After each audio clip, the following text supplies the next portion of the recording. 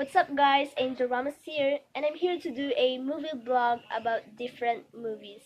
Actually, I'm not into watching those, but I know some of them, and they're really popular. This is my first time doing this kind of things, and I hope you enjoy this video that I made. So let's get started.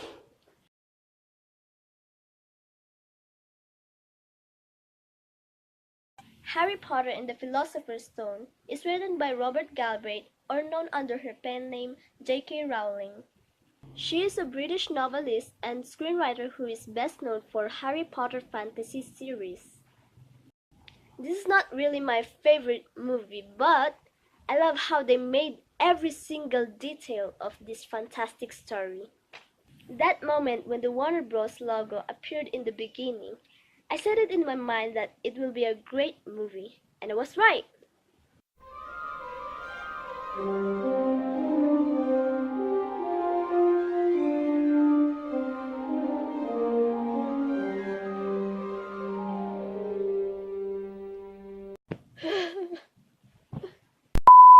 Sorry about that, let's get back to business.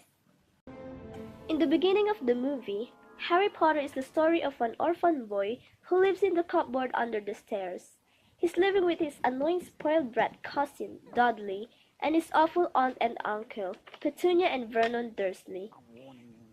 I feel sorry for him because he didn't even see his parents since he was born. But as Harry's 11th birthday approaches, everything changed. The gentle giant named Rubius Hagrid showed up to inform Harry that he is a wizard and invite him to study at Hogwarts. You're a wizard, Harry. I'm a what? My favorite scene of the movie is when Harry was preparing for school, buying things that he'll be using in Hogwarts. The part where Harry Potter will have to choose his wand, and the way how Ollivander opens the box, and everything else was very oddly satisfying. He realized what he lacks in life: friends and a bit of his family history. There he met his two friends, Hermione Granger and Ron Weasley. They're known as the Golden Trio. Dumbledore is like a father to Harry, teaching some wise advice and common sense, even comforting him when Harry Potter misses his parents. That's really sweet of him. Harry was sorted into Gryffindor, one of the Hogwarts four houses, together with his friends. Better be Gryffindor!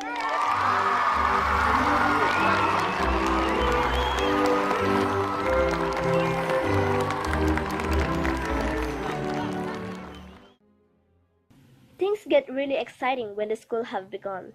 It was denounced when an evil dark side wizard killed a unicorn for its immortal blood.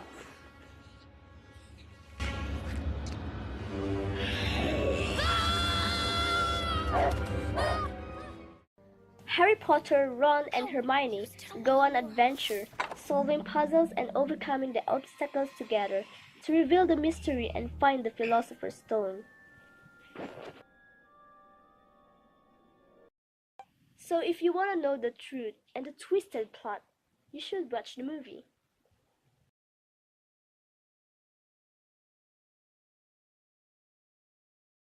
Okay, then let's move on to the next movie, another one of my favorite fantasy adventure story. The Chronicles of Narnia, The Lion, the Witch, and the Wardrobe. Actually, the book of this movie inspired J.K. Rowling to write her famous book, The Harry Potter. It is written by C.S. Lewis, a British novelist, poetic, and lecturer. He is best known for his works of fiction, especially the Chronicles of Narnia, The Lion, the Witch, and the Wardrobe. Well, as you can see, the title says it all. It is a story about four Pevensy's children, Lucy, Susan, Edmund, and Peter. They have been evacuated from London and live with an old professor during the World War II. While playing hide and seek, Lucy climbs into a huge wardrobe and finds herself in a snow-covered land called Narnia.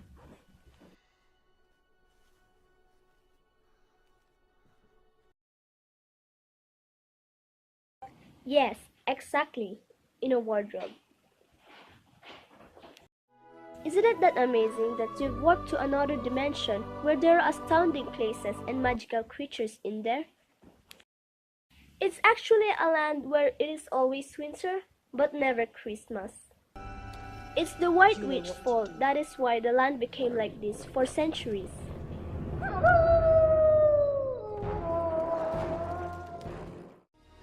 There's a prophecy that the four children will take the crown and rule the kingdom of Narnia.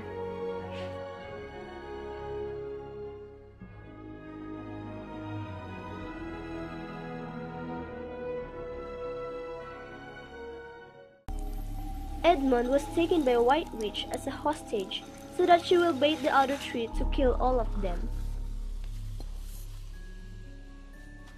You drink fire.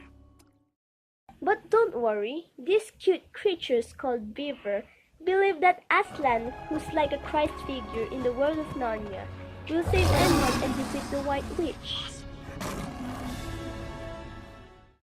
The film's special effect team did a really great job in the movie.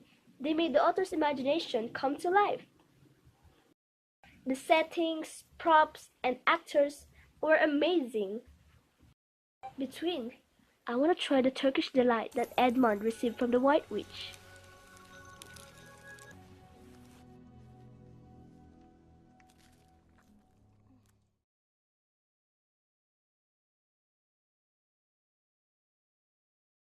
The book of this movie is written by J.R.R. Tolkien, who is best known for authoring The Hobbit and the Lord of the Rings trilogy. He is an English writer, poet, and a university professor. He is a friend of C.S. Lewis, the one who wrote the Chronicles of Narnia. Gandalf the Wizard drops on the Shire to visit his hobbit friend named Bilbo Baggins on his 111th birthday. I have things to do.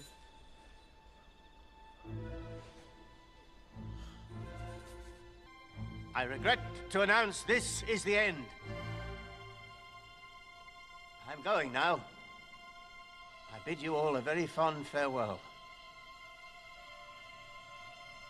Goodbye.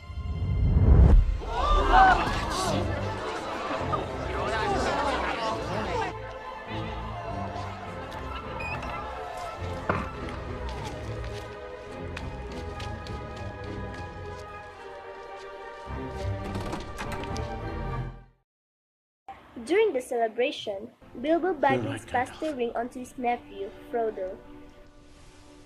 The ring must go to Frodo.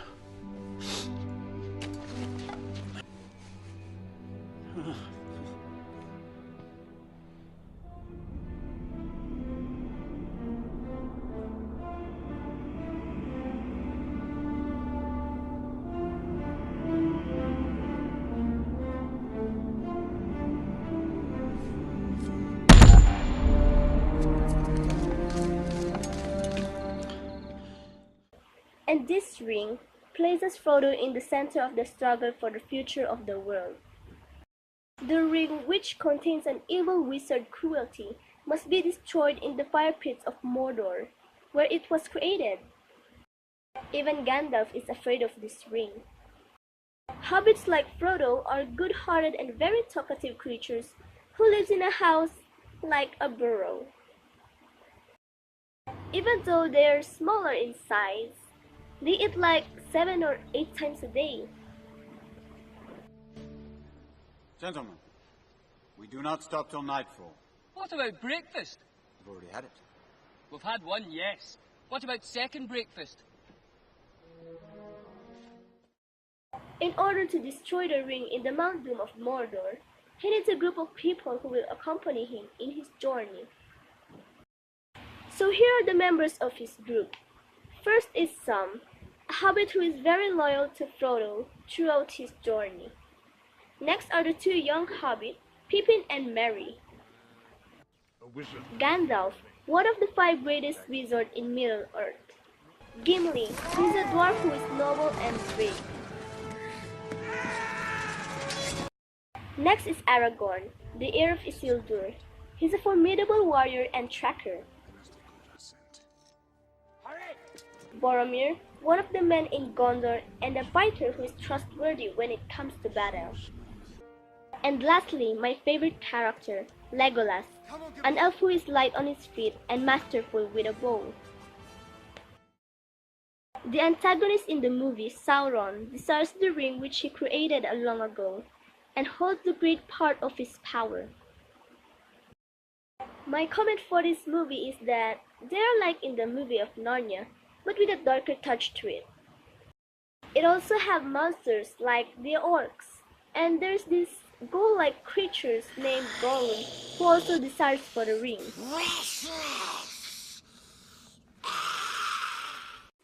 He was the holder of the ring before for so many years, until he became like this.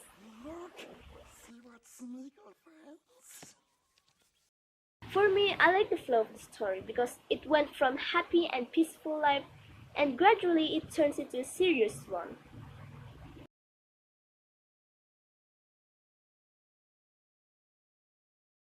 Another story written by J.K. Rowling, the second to the last part of the movie, Harry Potter and the Deathly Hallows Part 1. Take a look at their faces. This is what happens when puberty hits you like a truck. In this movie, it shows that Harry, Ron, Hermione, and their families are all in danger because Lord Voldemort gains power.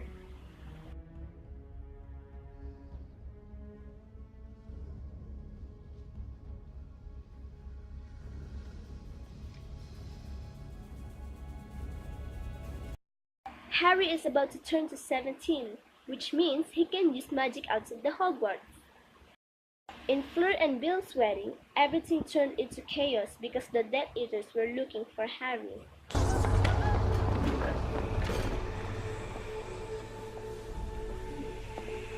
The ministry has fallen. The minister of magic is dead. They are coming. They are coming.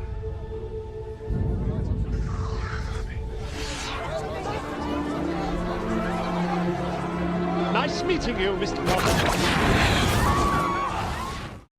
Luckily, Hermione has been preparing for the worst case. She manages to get Ron, Harry, and herself out of the wedding uninjured. For me, this is the story wherein the Golden Trio had a big journey outside the Hogwarts. They have to stay out of the sight while finding for the Horcruxes. Horcrux is like a container for the part of a person's soul, and Voldemort has 7 of them, which means they have to destroy it one by one to defeat the Dark Lord. And if they accomplish their mission, everything will turn back into peaceful life. They only managed to destroy 2 Horcruxes. Well then, let's move on to the last movie.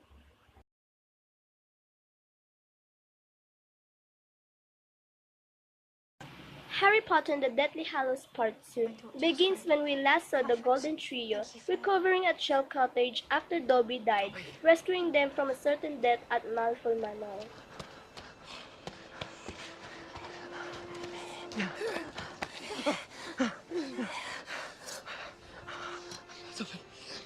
Dobby is happy to be with his friend,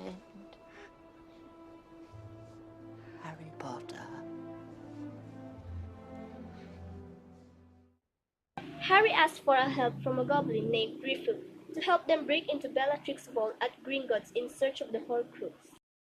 I like the part wherein Helena Bonham Carter pretending to be Emma Watson, pretending to be Helena Bonham Carter, pretending to be Hermione, pretending to be Bellatrix. Well, Snapes approved that.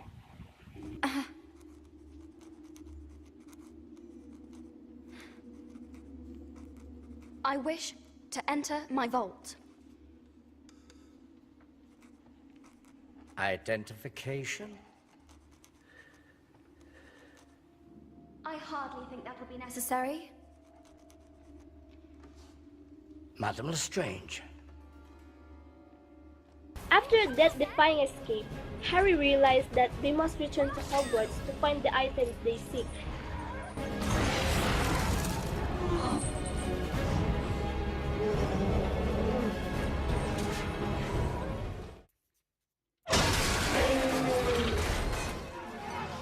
help of Aberforth Dumbledore and Neville Longbottom, who assembled all of their friends, the Golden Trios goes back to Hogwarts, now led by Headmaster Severus Snape.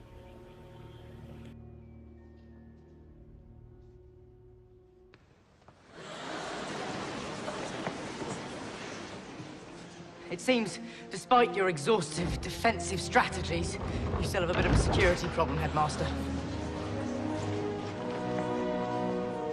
I'm afraid it's quite extensive. How dare you stand where he stood? Tell them how it happened that night. Tell them how you looked him in the eye. A man who trusted you and killed him. Tell them.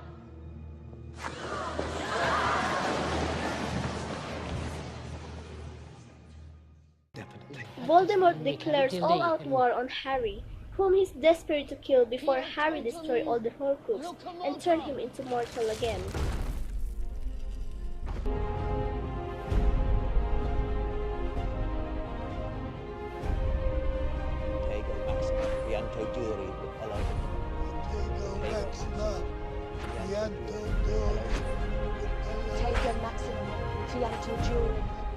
This is the climactic part of the movie, the Battle of Hogwarts. Anyway, Harry has achieved his goal. They destroyed the other Horcruxes. After destroying the Horcrux, he finds out that the snake Nagini is the last Horcrux. He learns that Voldemort and the snake have gone to talk to Snape.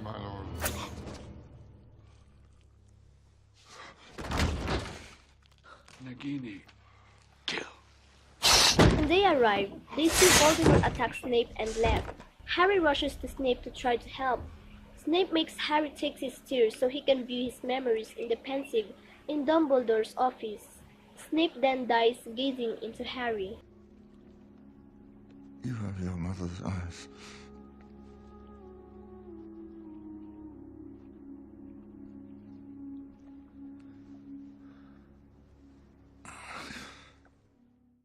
That was the most painful moment for me, because Snape showed his sensitive side to Harry before he dies. Voldemort makes a public service announcement to everyone on Hogwarts ground. Harry needs to meet him in the Forbidden Forest soon, or else he will kill everyone that is helping him. He heads back to Castle to view Snape's memory, but he has to walk through the whole bunch of carnage. He was upset because Fred Weasley is dead, and also Tonks and Lupin. Harry Potter learned 3 things from the memory. He learned about Snape's relationship with his mother. They were best friends. Next is Snape has been loyal to Dumbledore this entire time. He only killed him because Dumbledore asked him to. Only then will the Dark Lord trust you completely.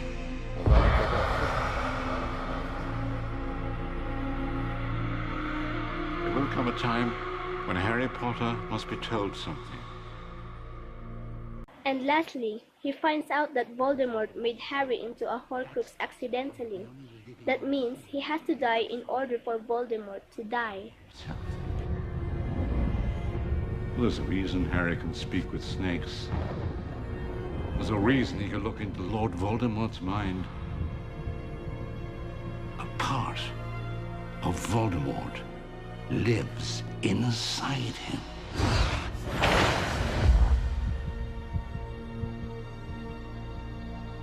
So when the time comes, the boy must die? Yes. Yes. He must die.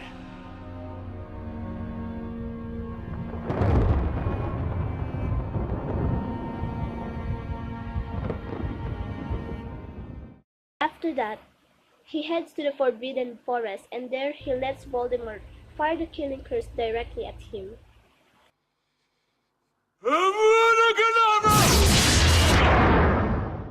Well, not exactly.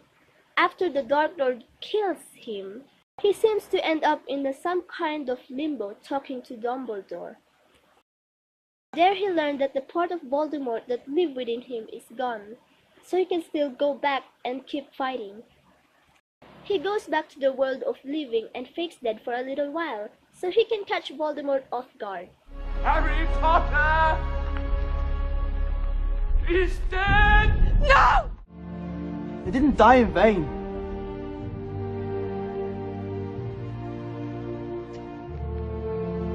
But you will. Because you're wrong. Harry's heart did beat for us. For all of us. It's not over! The plan worked. And after that, Neville Longbottom slayed Nagini.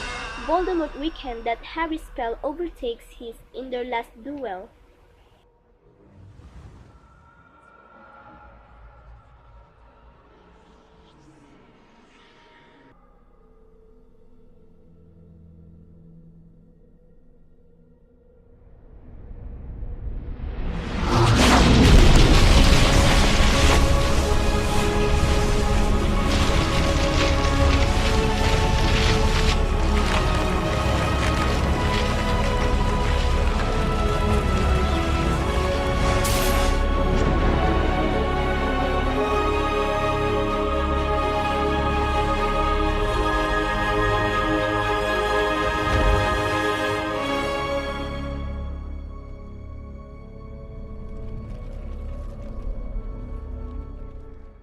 Many things happen, but Harry, Ron, and Hermione get a happy ending. We even get to see a flash forward to their lives as adults, sending their own kids off to Hogwarts. And all is well. So that is all for my movie vlog. I hope you enjoyed it, and please leave a subscribe to whoever made this channel. Thank you and goodbye.